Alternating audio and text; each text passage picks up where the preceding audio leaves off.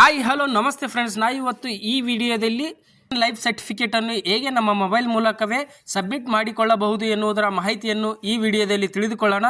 ಅದಕ್ಕಿಂತ ಮುಂಚೆ ನೀವೇನಾದರೂ ಇಲ್ಲಿವರೆಗೂ ನನ್ನ ಚಾನಲನ್ನು ಸಬ್ಸ್ಕ್ರೈಬ್ ಮಾಡ್ಕೊಳ್ಳೋದಿದ್ರೆ ಸಬ್ಸ್ಕ್ರೈಬ್ ಮಾಡ್ಕೊಳ್ಳಿ ಅಂತ ಹೇಳ್ತಾ ಬನ್ನಿ ಫ್ರೆಂಡ್ಸ್ ವಿಡಿಯೋನ ಶುರು ಮಾಡೋಣ. ಫ್ರೆಂಡ್ಸ್, ನಾವು ಮೊದಲನೇದಾಗಿ ಪೆನ್ಷನ್ ಲೈಫ್ ಸರ್ಟಿಫಿಕೇಟನ್ನು ಆನ್ಲೈನ್ ಮೂಲಕ ಸಬ್ಮಿಟ್ ಮಾಡಿಕೊಳ್ಳಬೇಕಾದ್ರೆ ನಾವು ಪ್ಲೇಸ್ಟೋರ್ ಮೂಲಕ ಜೀವನ್ ಪ್ರಮಾಣ್ ಆ್ಯಪ್ ಇರುತ್ತಲ್ಲ ಫ್ರೆಂಡ್ಸ್, ನೋಡ್ಬೋದು. ಈ ಜೀವನ್ ಪ್ರಮಾಣ್ ಆ್ಯಪು ಅನ್ನು ನಾವು ನಮ್ಮ ಮೊಬೈಲ್ನಲ್ಲಿ ಡೌನ್ಲೋಡ್ ಮಾಡಿಕೊಳ್ಳಬೇಕಾಗುತ್ತೆ. ಈ ಆ್ಯಪ್ನ ಲಿಂಕನ್ನು ನಾನು ವಿಡಿಯೋದ ಕೆಳಗಡೆ ಡಿಸ್ಕ್ರಿಪ್ಷನಲ್ಲಿಯೂ ಕೂಡ ಕೊಟ್ಟಿರುತ್ತೇನೆ. ಮೊದಲನೇದಾಗಿ ಈ ಜೀವನ್ ಪ್ರಮಾಣ್ ಆ್ಯಪನ್ನು ನಾವು ಮೊಬೈಲ್ನಲ್ಲಿ ಇನ್ಸ್ಟಾಲ್ ಮಾಡಿಕೊಳ್ಳಬೇಕಾಗುತ್ತೆ. ಅದೇ ಥರ ನಾವು ಇನ್ನೊಂದು ಆ್ಯಪ್ ಕೂಡ ಇನ್ಸ್ಟಾಲ್ ಮಾಡಿಕೊಳ್ಳಬೇಕಾಗುತ್ತೆ ಫ್ರೆಂಡ್ಸ್. ಆಧಾರ್ ಫೇಸ್ RD ಈ ಆ್ಯಪ್ ಕೂಡ ನಾವು ನಮ್ಮ ಮೊಬೈಲ್ನಲ್ಲಿ ಇನ್ಸ್ಟಾಲ್ ಮಾಡಿಕೊಂಡಿರಬೇಕಾಗುತ್ತೆ. ನಾವು ಪೆನ್ಷನ್ ಲೈಫ್ ಸರ್ಟಿಫಿಕೇಟನ್ನು ಆನ್ಲೈನ್ ಮೂಲಕ ಸಬ್ಮಿಟ್ ಮಾಡಿಕೊಳ್ಳಬೇಕಾದರೆ ಈ ಎರಡು ಆ್ಯಪ್ಗಳನ್ನು ನಾವು ನಮ್ಮ ಮೊಬೈಲ್ನಲ್ಲಿ ಇನ್ಸ್ಟಾಲ್ ಮಾಡಿಕೊಂಡು ಇರಬೇಕಾಗುತ್ತೆ. ನೋಡ್ಬೋದು ಫ್ರೆಂಡ್ಸ್, ಇದೇ ಥರ ಆಧಾರ್ ಫೇಸ್ ID ಮತ್ತು ಜೀವನ್ ಪ್ರಮಾಣ್ ಆ್ಯಪ್, ಈ ಎರಡು ಆ್ಯಪ್ಗಳನ್ನು ಇನ್ಸ್ಟಾಲ್ ಮಾಡಿಕೊಂಡು ಬನ್ನಿ ಫ್ರೆಂಡ್ಸ್, ನಾವು ಇವಾಗ ಆನ್ಲೈನ್ ಮೂಲಕ ಹೇಗೆ ಪೆನ್ಷನ್ ಲೈಫ್ ಸರ್ಟಿಫಿಕೇಟನ್ನು ಸಬ್ಮಿಟ್ ಮಾಡುವುದು ಎಂದು ತಿಳಿದುಕೊಳ್ಳೋಣ.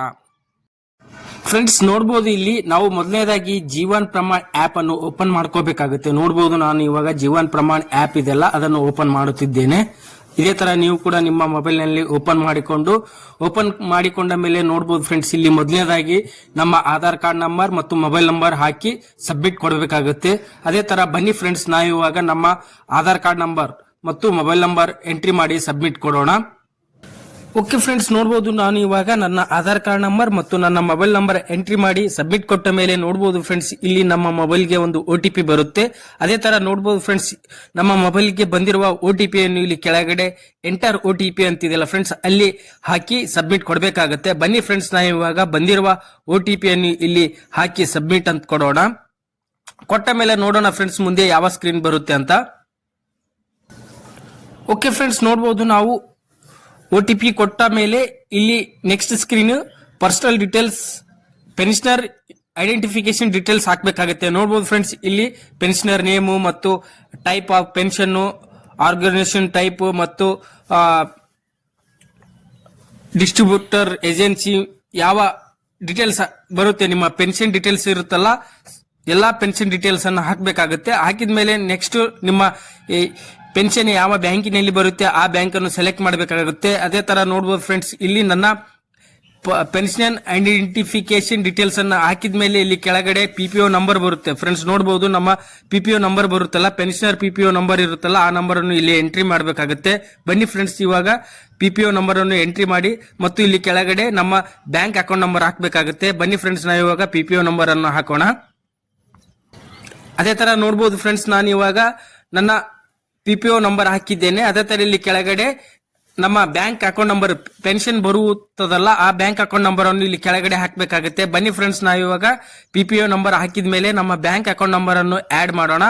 ಅದೇ ತರ ನೋಡಬಹುದು ಫ್ರೆಂಡ್ಸ್, ಇಲ್ಲಿ ನಮ್ಮ ಬ್ಯಾಂಕಿನ ಪೆನ್ಷನ್ ಅಕೌಂಟ್ ನಂಬರ್ ಇರುತ್ತಲ್ಲ ಫ್ರೆಂಡ್ಸ್, ಬ್ಯಾಂಕ್ ಅಕೌಂಟ್ ನಂಬರ್ ಇರುತ್ತಲ್ಲ ಆ ಬ್ಯಾಂಕ್ ಅಕೌಂಟ್ ನಂಬರ್ ಅನ್ನು ಇಲ್ಲಿ ಎಂಟ್ರಿ ಮಾಡಬೇಕಾಗುತ್ತೆ. ಅದೇ ತರ ಬನ್ನಿ ಫ್ರೆಂಡ್ಸ್, ನಾನು ಇವಾಗ ನನ್ನ ಬ್ಯಾಂಕಿನ ಅಕೌಂಟ್ ನಂಬರ್ ಅನ್ನು ಇಲ್ಲಿ ಎಂಟ್ರಿ ಮಾಡುತ್ತೇನೆ.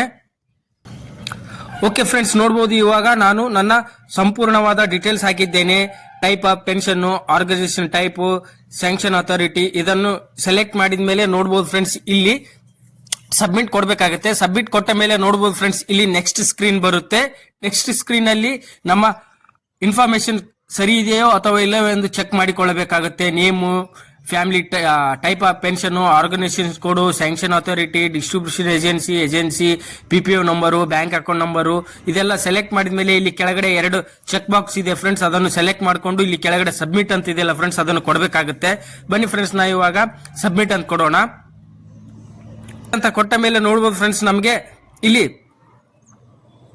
ನೋಡ್ಬೋದು ಫ್ರೆಂಡ್ಸ್, ಇಲ್ಲಿ ನೆಕ್ಸ್ಟ್ ಸ್ಕ್ರೀನ್ ಬರುತ್ತೆ. ನೆಕ್ಸ್ಟ್ ಸ್ಕ್ರೀನ್ ಅಲ್ಲಿ ಚೆಕ್ ಬಾಕ್ಸ್ ಅನ್ನು ಸೆಲೆಕ್ಟ್ ಮಾಡಿ ಮತ್ತೆ ನೆಕ್ಸ್ಟ್ ಸಬ್ಮಿಟ್ ಅಂತ ಕೊಟ್ರೆ ನಮಗೆ ಇಲ್ಲಿ ನಮ್ಮ ಕ್ಯಾಮ್ರಾ ಮೂಲಕ ಆಧಾರ್ ಫೇಸ್ RD ಮೂಲಕ ನಮ್ಮ ಪೆನ್ಷನರ್ ಫೋಟೋವನ್ನು ಹಿಡಿಬೇಕಾಗುತ್ತೆ. ನೋಡಬಹುದು ಫ್ರೆಂಡ್ಸ್, ಇಲ್ಲಿ ಪೆನ್ಷನರ್ ಫೋಟೋವನ್ನು ತೆಗಿಬೇಕಾಗುತ್ತೆ.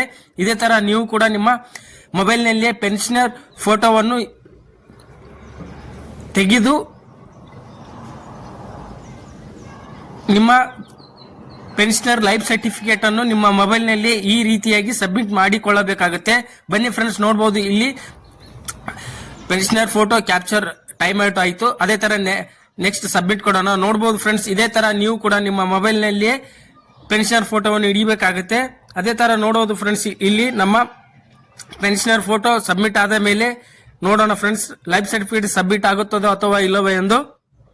ಇಲ್ಲಿ ನಮ್ಮ ಪೆನ್ಷನರ್ ಲೈಫ್ ಸರ್ಟಿಫಿಕೇಟ್ ಸಬ್ಮಿಟ್ ಆಗಿದೆ. Thank you for submit for digital life certificate. ಇದೇ ರೀತಿಯಾಗಿ ನೋಡಬಹುದು ಫ್ರೆಂಡ್ಸ್, ಇಲ್ಲಿ ಪರಮಾನ ಐಡಿ ಮತ್ತು PPO ನಂಬರ್ ಕೂಡ ಬರುತ್ತೆ. ನೋಡಬಹುದು ಫ್ರೆಂಡ್ಸ್, ಇಲ್ಲಿ ನಿಮ್ಮ ಪೆನ್ಷನರ್ ಲೈಫ್ ಸರ್ಟಿಫಿಕೇಟ್ ಆನ್ಲೈನ್ ಮೂಲಕ ನಿಮ್ಮ ಮೊಬೈಲ್ ನಲ್ಲಿಯೇ ಸಬ್ಮಿಟ್ ಮಾಡಲಾಗಿದೆ ಫ್ರೆಂಡ್ಸ್. ಓಕೆ ಫ್ರೆಂಡ್ಸ್, ನೋಡಬಹುದು ಇದೇ ರೀತಿಯಾಗಿ ನೀವು ಕೂಡ ನಿಮ್ಮ ಮೊಬೈಲ್ ನಲ್ಲಿಯೇ ಪೆನ್ಷನ್ ಲೈಫ್ ಸರ್ಟಿಫಿಕೇಟ್ ಅನ್ನು ಈ ರೀತಿಯಾಗಿ ಸಬ್ಮಿಟ್ ಮಾಡಿಕೊಳ್ಳಬಹುದು. ಅದೇ ತರ ಮುಂದಿನ ವಿಡಿಯೋದಲ್ಲಿ ಈ ಸಬ್ಮಿಟ್ ಮಾಡಿರೋ ಲೈಫ್ ಸರ್ಟಿಫಿಕೇಟ್ ಸಬ್ಮಿಟ್ ಆಗಿದೆಯೋ ಅಥವಾ ರಿಜೆಕ್ಟ್ ಆಗಿದೆಯೋ ಎಂದು ಮುಂದಿನ ವಿಡಿಯೋದಲ್ಲಿ ತಿಳಿದುಕೊಳ್ಳೋಣ ಅಂತ ಹೇಳ್ತಾ, ನಿಮಗೆ ಈ ವಿಡಿಯೋ ಇಷ್ಟ ಆಗಿದ್ರೆ ವಿಡಿಯೋನ ಲೈಕ್ ಮಾಡಿ.